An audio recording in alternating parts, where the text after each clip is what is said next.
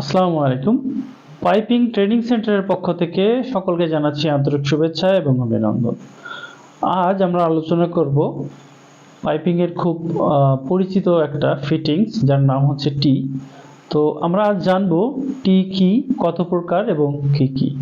সাধারণত টি কেন পাইপলাইনে ব্যবহার করা হয়, তো বিস্তারিত আমরা আলোচনা করব। তো সর্বপ্রথম আমাদেরকে জানতে হবে টি কত প্রকার এবং কি কি। টি সাধারণত দুই প্রকার, একটা হচ্ছে ইকুয়াল টি এবং আরেকটা হচ্ছে আনইকুয়াল। আমি লিখেছি টি দুই প্রকার, এক হচ্ছে ইকুয়াল টি আর দ্বিতীয়ত হচ্ছে আনইকুয়াল টি বা রেডিউসিং টি। তো ইকুয়াল শব্দের অর্থ যদি আমি আপনাদেরকে বলি তাহলে আমরা সকলেই জানি যে ইকুয়াল শব্দের অর্থ হচ্ছে সমান। তো একটা টি এর তিনটা সাইড থাকে, তিনটা সাইড যদি সমান থাকে, এক্সাম্পল 2 ইঞ্চি একটা টি যদি তিনটে মুখই 2 ইঞ্চি হয় তাহলে সেটা হচ্ছে ইকুয়াল। আর একটা টির হেডার থেকে ব্রাঞ্চটা যে বেরোবে, ব্রাঞ্চটার সাইজ এবং হেডারের সাইজটা যদি সমান না থাকে, মনে করেন 2 ইঞ্চি থেকে 1 ইঞ্চি একটা টি বেরোইছে, একটা ব্রাঞ্চ বেরোইছে, তাহলে ওই টিটা হবে আনইকুয়াল বা রেডিউসিং। এখন বলতে পারেন যে আনইকুয়াল টির আরেকটি নাম রেডিউসিং কেন? রেডিউস শব্দের অর্থ হচ্ছে কি ছোট হওয়া বা সংকুচিত হওয়া।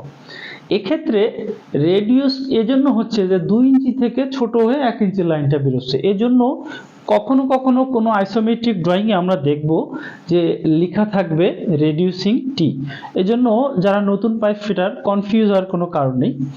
আবার কোনো আইসোমেট্রিক ড্রয়িং এ লেখা থাকবে যে শুধুমাত্র টি, কিন্তু আপনাদের পিটি নাম্বারে বা পার্টস নাম্বারে বা ম্যাটেরিয়াল নাম্বারে কখনোই আপনারা দেখতে পারবেন না যে এটা ইকুয়াল টি নাকি আনইকুয়াল টি।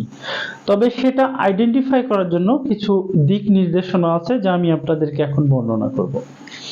আমাদের পাইপলাইনে টি চেনার, আমাদের যে আইসোমেট্রিক ড্রয়িং এ এটা টি চেনার সবথেকে সহজ উপায় হচ্ছে অবশ্যই টি হচ্ছে তিনমুখী।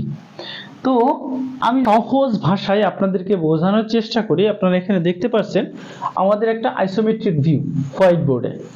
তো এখান থেকে আমাদের লাইনটা স্টার্ট আপ হয়ে নর্থে গেল, নর্থ থেকে ওয়েস্টে আসছে, ওয়েস্টের মাঝে এখানে একটা টি আছে। তো এই টিটা আমাদের কোন ধরনের টি? আমাদের এখানে পিটি নাম্বারের সাইডে আমরা এটা অনেক সময় কোনো ড্রয়িং এ বর্ণনা দেওয়া থাকে না।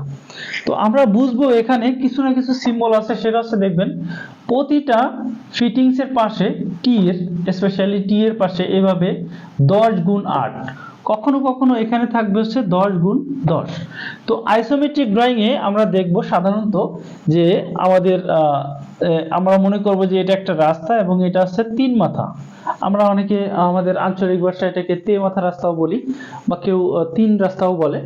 তো যাই হোক, যতটা আপনার লাইনের মাঝে 3 রাস্তা বাঁধবে মনে করবেন সেই কয়টাই টি। তো আমরা এখানে দেখছি এবং যতগুলো, সরি আরেকটা বিষয় ক্লিয়ার করি আপনাদেরকে, আমাদের পাইপলাইনে যতগুলো মনে করবেন যে আপনার মোড় আছে প্রত্যেকটাই হচ্ছে কি এলবো, হতে পারে 45 অথবা 90 ডিগ্রি।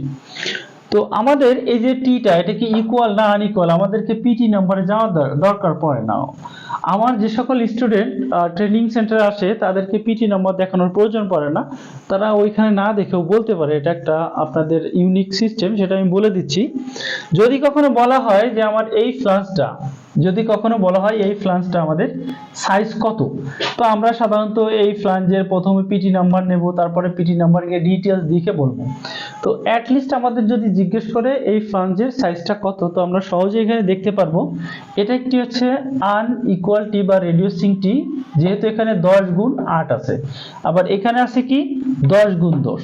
তো 10 ইঞ্চি লাইন থেকে আমাদের 8 ইঞ্চির একটা ব্রাঞ্চ বের হয়েছে এই টি এর মাধ্যমে। তো অবভিয়াসলি এটাও 8 ইঞ্চি একটা ফ্লাঞ্জ হতে পারে। মনে করেন যে এই টিটাতে এখানে লেখা আছে তো 10 ইঞ্চি গুণ 8 ইঞ্চি, তাহলে আমাদের হেডারটা 10 ইঞ্চি। তো আমাদেরকে যদি বলে যে এই এলবোটা, যদি আমাদেরকে বলে এই এলবোটার সাইজ কত, তো আমরা কি পিটি নাম্বার যাব?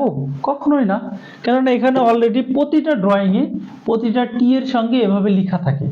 অথবা যদি রেডিউসার থাকে সেখানেও এভাবে লেখা থাকে যে 10 গুণ 8 অথবা আপনার 12 গুণ 8 এভাবে লেখা থাকে।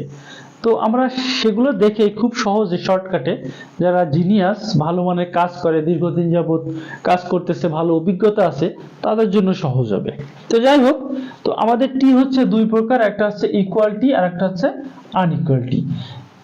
এটা আনইকুয়ালিটি বুঝবো কিভাবে, যে 10 গুণ 8 দেওয়া আছে এবং এটা হচ্ছে ইকুয়ালিটি, যেহেতু এখানে 10 গুণ 10 দেওয়া আছে। তো আমার যত ছাত্র আছে তাদের প্রত্যেকের কাছে অ্যাকচুয়ালি টির সেন্টার বের করার কোনো ফর্মুলা হয় না। তো আমি তাদেরকে কার্ড সুন্দরভাবে বানিয়ে প্রোভাইড করছি পাইপিং ট্রেনিং সেন্টারের প্রতিটা স্টুডেন্টের কাছে। আলহামদুলিল্লাহ গুরুত্বপূর্ণ এই কার্ডগুলো আছে, যেমন ফ্লাঞ্জের ক্লাস অনুযায়ী তার লেন্থ এবং শিডিউলের বিষয়টা, আর ইকুয়াল এবং আনইকুয়ালিটির যে সেন্টারটা, এই কার্ডগুলো বানিয়ে আমাদের স্টুডেন্টদের কাছে দেওয়া আছে।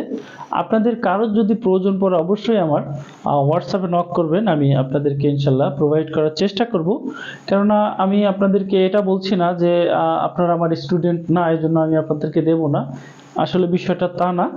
তো পিডিএফ করা আছে, আমি আপনাদেরকে পাঠাবো, আপনারা শুধু প্রিন্ট করে কার্ডটাকে লেমিনেটিং করলেই আপনার কাছে রাখবেন। কখনো ইন্টারভিউতে যদি এই ধরনের জিনিস আপনাদের প্রয়োজন পড়ে, ঠিক আছে, পড়বে 100%, এবং কাজের ক্ষেত্রেও তো 100% পড়েই, তো তখন আপনার এটা কাজে লাগবে। তো কোনো প্রকার সংকোচ করবেন না যে ভাইয়ের কাছে চাইবো, ভাই দিবে কিনা। তো ইনশাল্লাহ মনটা অতটা খারাপ না, যদি আপনাদের প্রয়োজন পড়ে যে কোনো কিছুর আপনারা চেষ্টা করবেন এসএমএস করার জন্য, আমি অ্যান্সার করার জন্য চেষ্টা করবো ইনশাল্লাহ, যদিও ব্যস্ত মানুষ, ঠিক আছে। তো আমরা এই বিষয়ে টিএটি বিষয়ে আমরা ভালোভাবে জানলাম। বাংলাদেশে এবং বাংলাদেশের বাইরে থেকে যে অথবা যারা আমার চ্যানেলটিকে দেখছেন, অবশ্যই আমার ভিডিওগুলো লাইক করবেন, সাবস্ক্রাইব করবেন এবং শেয়ার করবেন, যাতে করে আপনার মতন আপনার বন্ধু অথবা আত্মীয় স্বজনের উপকার হয়। আর যারা একটু দুর্বল আছেন, পাইপ আইসোমেট্রিক ড্রয়িং সম্পর্কে অভিজ্ঞতা কম, অথবা আপনাদের ফর্মুলাগুলো জানা নেই, আপনারা অনলাইনে কোর্স করতে চান, এর জন্য সুযোগ আছে। আলহামদুলিল্লাহ পাইপিং ট্রেনিং সেন্টারের পক্ষ থেকে এখন অনলাইন এবং অফলাইন দুটোরই ক্লাস হচ্ছে। বাংলাদেশ থেকে কাজ শিখতে চাইলে অবশ্যই চলে আসবেন আমার জন্মভূমি নড়াইল জেলায় লোহাগড়া থানাতে। ট্রেনিং সেন্টারে থাকা খাওয়ার সুব্যবস্থা রয়েছে, এই জন্য কোনো প্রকার সংশয়ের কোনো কারণ নেই। আর যারা দেশের বাইরে রয়েছেন, যদি চান অনলাইনে ক্লাস করবেন, তাহলে অবশ্যই আমার সঙ্গে যোগাযোগ করবেন, অনলাইন ক্লাস এখন চালু আছে। ধন্যবাদ সবাইকে, যেখানে থাকুন না কেন ভালো থাকুন, সুস্থ থাকুন, এই প্রত্যাশায় আজকের মতন বিদায় নিচ্ছি। ধন্যবাদ সবাইকে।